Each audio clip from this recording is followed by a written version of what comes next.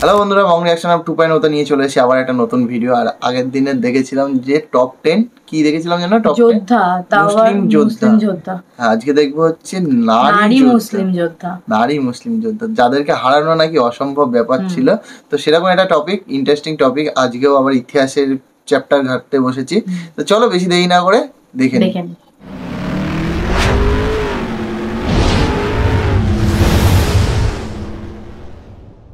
ইতিহাসের সবথেকে বীর মুসলিম যোদ্ধা সম্পর্কে জানি, কিন্তু মুসলিম ইতিহাসে এমন কিছু নারী যোদ্ধারা ছিল যাদেরকে দেখে শত্রুরা ভয়ে কেঁপে উঠত। পৃথিবীর ইতিহাসে এমন কিছু নারী যোদ্ধারা রয়েছে যারা শুধুমাত্র যুদ্ধক্ষেত্রে যুদ্ধই করেনি, এমনকি তারা বিভিন্ন বড় বড় যুদ্ধে নেতৃত্ব দিয়েছে। এর মধ্যে এমন কিছু নারী যোদ্ধারা রয়েছে যাদের কাছে 5-10 জন পুরুষ যোদ্ধা কিছুই না। এই সমস্ত নারী যোদ্ধারা এতটাই সাহসী এবং বিচক্ষণ ছিলেন যে ইতিহাসে তাদের নাম এখনো লেখা রয়েছে। তো আজকের এই ভিডিওতে আমরা জানতে চলেছি মুসলিম ইতিহাসের এমন কিছু নারী যোদ্ধা সম্পর্কে যাদের ইতিহাস জানলে আপনার লোম খাড়া হয়ে যাবে। তো প্রথমে রয়েছে নুসাইবা বিনতে কাব। ইতিহাসে যত নারী যোদ্ধারা রয়েছে তাদের মধ্যে অন্যতম একজন নারী যোদ্ধা হচ্ছে নুসাইবা বিনতে কাব। তিনি এমন একজন নারী সাহাবী ছিলেন যিনি মহিলাদের শিখিয়েছিলেন যুদ্ধক্ষেত্রে কিভাবে যুদ্ধ করতে হয়। তিনি ইতিহাসের এমন একজন নারী যোদ্ধা ছিলেন যিনি রাসূল সাল্লাল্লাহু আলাইহি ওয়াসাল্লামের পাশে থেকে যুদ্ধ করেছিলেন এবং এই নারী সাহাবী সরাসরি নবীজির কাছ থেকে ইসলাম গ্রহণ করেছিলেন। তিনি সেই সময় মনে করেছিলেন ইসলাম ধর্মকে রক্ষা করার জন্য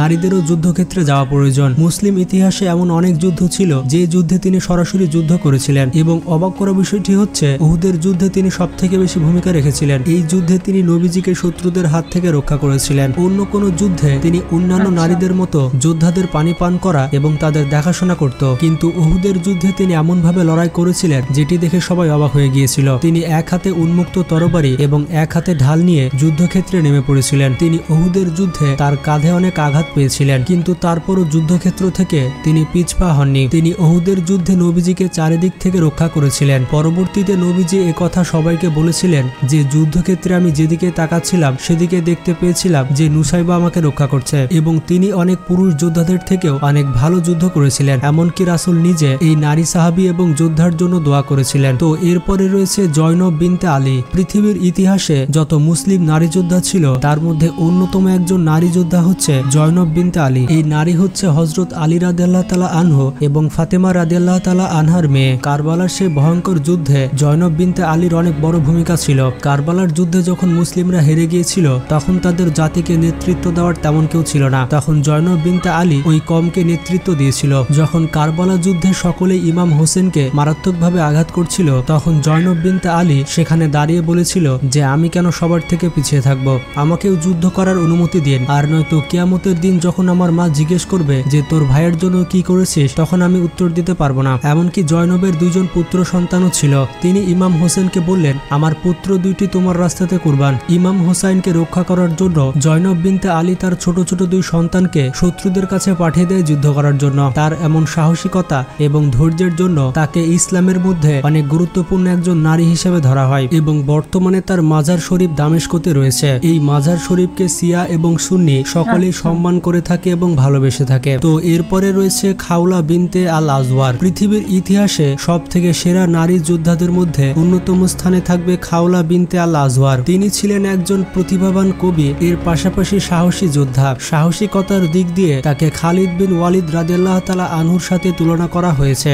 সেই সময় রূপে গুণে এবং সাহসিকতায় তার মতো দ্বিতীয় কোনো মহিলা ছিল না। তিনি ছিলেন সেই সময় আরবের ধনী পরিবারের সন্তান। সেই সময় বীরত্ব ও সাহসিকতার জন্য তার পরিবারের অনেক সুখ্যাতি ছিল, যার ফলে পারিবারিক সহায়তায় তিনি জ্ঞান এবং সামরিক অনুশীলন পান। ইতিহাসে তার নাম লেখা রয়েছে কারণ তিনি বাইজেন্টাইনদের বিরুদ্ধে সাহসিকতার সাথে যুদ্ধ করেছিলেন। তিনি বাইজেন্টাইনদের সাথে যুদ্ধে এমন ভয়ঙ্কর রূপ ধারণ করেছিলেন যেটি দেখার পর বাইজেন্টাইনদের মধ্যে অনেক ভয় ঢুকে গিয়েছিল। তাছাড়া যখন দামেস্কাসকে প্রথমবারের মতো ঘেরাও করা হয়েছিল তখন তিনি তার যুদ্ধের পারদর্শিতা দেখিয়েছিলেন। এই যুদ্ধে তার ভাই মুসলিমদের নেতৃত্ব দিচ্ছিলেন, কিন্তু একসময় তিনি আহত হয়ে যান এবং বাইজেন্টাইনরা তাকে বন্দী করে নেয়। এই সময় খালিদ বিন ওয়ালিদ তার দলবল নিয়ে এই নারী যোদ্ধার ভাইকে রক্ষা করতে আসছিলেন, কিন্তু ততক্ষণে খাওলা রাদিয়াল্লাহু তাআলা আনহা যুদ্ধের জন্য প্রস্তুত হয়ে গিয়েছিলেন এবং বাইজেন্টাইনদের উপরে আক্রমণ করে দিয়েছিলেন। খাওলা রাদিয়াল্লাহু তাআলা আনহা সেদিন এমন ভাবে যুদ্ধ করছিল যে মুসলিমরা তাকে দেখে ভেবেছিল যে খালিদ বিন ওয়ালিদ চলে এসেছে। এই নারী যোদ্ধার তলোয়ারে একের পর এক মারা যাচ্ছিল বাইজেন্টাইনরা। যখন খালিদ বিন ওয়ালিদ রাদিয়াল্লাহু তাআলা আনহু সেখানে পৌঁছালেন গেলেন তখন দেখলেন খাওলা রাদিয়াল্লাহু তাআলা আনহা সেখানে রক্তাক্ত অবস্থায় পড়ে আছে। খালিদ বিন ওয়ালিদ তার পরিচয় জানতে চাইলে তিনি প্রথমে দিতে চান না, কিন্তু পরবর্তীতে তার পরিচয় দেন। বিভিন্ন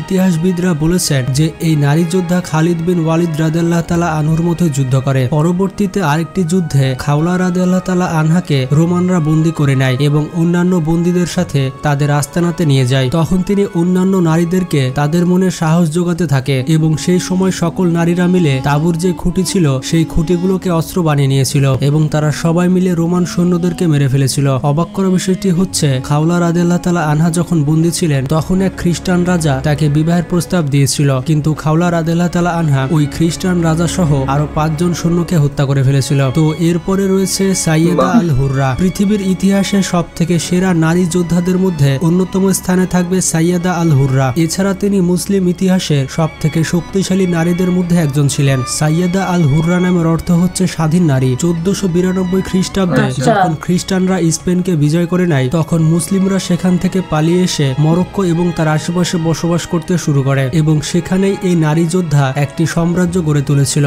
যেখানে স্পেন থেকে পালিয়ে আসা মুসলমানরা খুব আরামে বসবাস করতে পারবে এবং ওই জায়গার রানী ছিলেন এই মহান নারী যোদ্ধা। এরপর যখন 16 খ্রিস্টাব্দে আন্দালুসিয়ার পতন হয় এবং মুসলমানদের প্রতি অত্যাচার করা হয় তখন সাইয়েদা আল হুররা জলদস্যুতার পথ বেছে নেন। এরপর তিনি অটোমান সাম্রাজ্যের রাজার সাথে হাত মিলিয়ে স্পেনের উপরে আক্রমণ করে। এই আক্রমণ এতটাই ভয়ঙ্কর ছিল যে ইউরোপের কোনো জাহাজ তখন সমুদ্রের এই পাশ দিয়ে আসতো না। মানে সাইয়েদা আল হুররার যে রাজ্য ছিল তার আশেপাশে কোনো ইউরোপিয়ান নৌকা আসতো না। তার এই পাশ দিয়ে যত নৌকা আসতো সব তিনি জ্বালিয়ে দিতেন। এই কারণে ইউরোপের মানুষের মধ্যে সাইয়েদা আল হুররাকে নিয়ে অনেক ভয় কাজ করত। সব থেকে অবাক করা বিষয়টি হচ্ছে সাইয়েদা আল হুররা তৎকালীন পর্তুগালের রানী এবং রাজকন্যাকে নিজের কাছে বন্দি বানিয়ে নিয়ে এসেছিল এবং তাদেরকে ওই বাজারে বিক্রি করে দিয়েছিল যেই বাজারে তখন মুসলিম নারীদেরকে বিক্রি করা হতো। সাইয়েদা আল হুররার এমন কর্মকাণ্ডের কারণে সবার ভেতরে তাকে নিয়ে একটি ভয় কাজ করত। এখন আপনি বুঝতে পারছেন তিনি কত ভয়ঙ্কর নারী যোদ্ধা ছিলেন। তো যাই হোক, এরপরে রয়েছে সুমাইয়া বিনতে খায়াত। পৃথিবীর ইতিহাসে সব থেকে সেরা নারী যোদ্ধাদের মধ্যে একজন হচ্ছে সুমাইয়া বিনতে খায়াত। তিনি ইসলামের ইতিহাসে এমন প্রথম নারী সাহাবা ছিলেন যিনি ইসলামের জন্য শহীদ হয়েছিলেন। এছাড়া ইসলামের প্রাথমিক অবস্থায় যারা ঈমান এনেছিল তাদের মধ্যে তিনি অন্যতম ছিলেন। তবে তারা অনেক ছোট জাতি হওয়ার কারণে কুরাইশ বংশরা তাদের উপর অনেক অত্যাচার করত। তাছাড়া প্রথমে তিনি একজন দাসী ছিলেন। পরবর্তীতে যখন রাসূল সাল্লাল্লাহু আলাইহি ওয়াসাল্লাম নবুয়ত লাভ করলেন তখন তিনি দাসী থেকে মুক্ত হন এবং সপরিবারে ইসলাম গ্রহণ করেন। সেই সময় যারা ইসলাম গ্রহণ করত তাদেরকে প্রচুর পরিমাণে অত্যাচার করত কুরাইশ বংশের লোকজনেরা। এইরকম ভয়াবহ অবস্থায় এই নারী সাহাবী সবার সামনে প্রকাশ করে দিয়েছিলেন যে তিনি ইসলাম গ্রহণ করেছেন।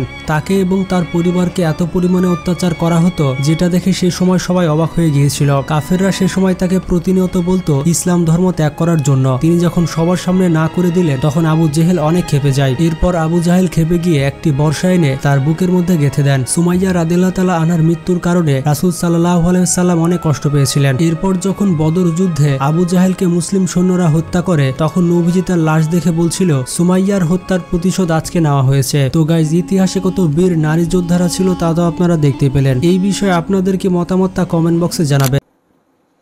সত্যি নামগুলো শুনে আর এদের সম্বন্ধে এনাদের সম্বন্ধে জেনে মানে সত্যি কাটা দিচ্ছিল গায়ে। মানে এতটা পাওয়ারফুল ছিল যে ছেলে সৈন্য মানে ছেলে যোদ্ধারাও পর্যন্ত ভয় পেত।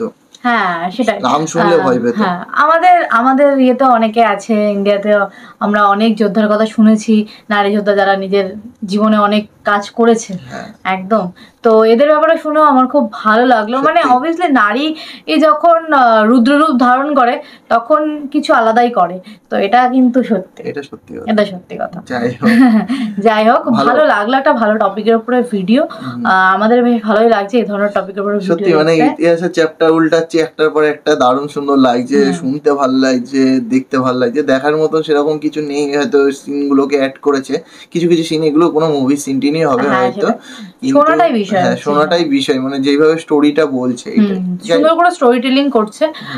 আর একটা কথা, অনেকেই কমেন্ট করেছিলে যে আমরা তাদেরকে চিনি না, মানে আগে একটা যোদ্ধা নিয়ে আমরা ভিডিও এনেছি, নাচনাটাই স্বাভাবিক ব্যাপার। কারণ একজন দেখলাম কমেন্টও বলেছে যে যেহেতু আমরা মুসলিম না, আমরা হিন্দু, তো নাচ চেনাটা হ্যাঁ আমাদের পক্ষে সম্ভব না। যেমন আমাদের অনেক যোদ্ধাদের আমরা চিনি, তাদের ব্যাপারে জানি, পড়েওছি, তো তাদেরকে আমরা চিনি, যাদেরকে তোমরা হয়তো অনেকে চেনো না। তো যাই হোক, কিন্তু আমাদের দেখা জানার ইন্টারেস্ট বেশি, তাই আমরা দেখতেও চাইছি আর ইন্টারেস্ট বাড়াচ্ছি, শুনতেও চাইছি। এমন না যে নাটক করছি জেনে নিয়ে। তো সেটাই। তো যাই হোক, বাদ দাও সেসব কথা, সে তো আসবেই, অনেক কথা উঠবে। তো তোমাদের কেমন লাগছে ভিডিওগুলো সেটা কমেন্টে লিখে ফেলো। ভালো লাগলে লাইক শেয়ার করো। আর যারা নতুন আছে চ্যানেলে এই ধরনের ভিডিও বা বিভিন্ন ধরনের ভিডিও যেগুলো আমরা এই চ্যানেলে দিচ্ছি দেখতে পছন্দ করছো, তারা সাবস্ক্রাইব করে দিয়ে যাও কিন্তু। তো চলো আজকে ভিডিওটা এখানেই শেষ করছি, দেখা হবে নেক্সট ভিডিওতে, ততক্ষণের জন্য টাটা।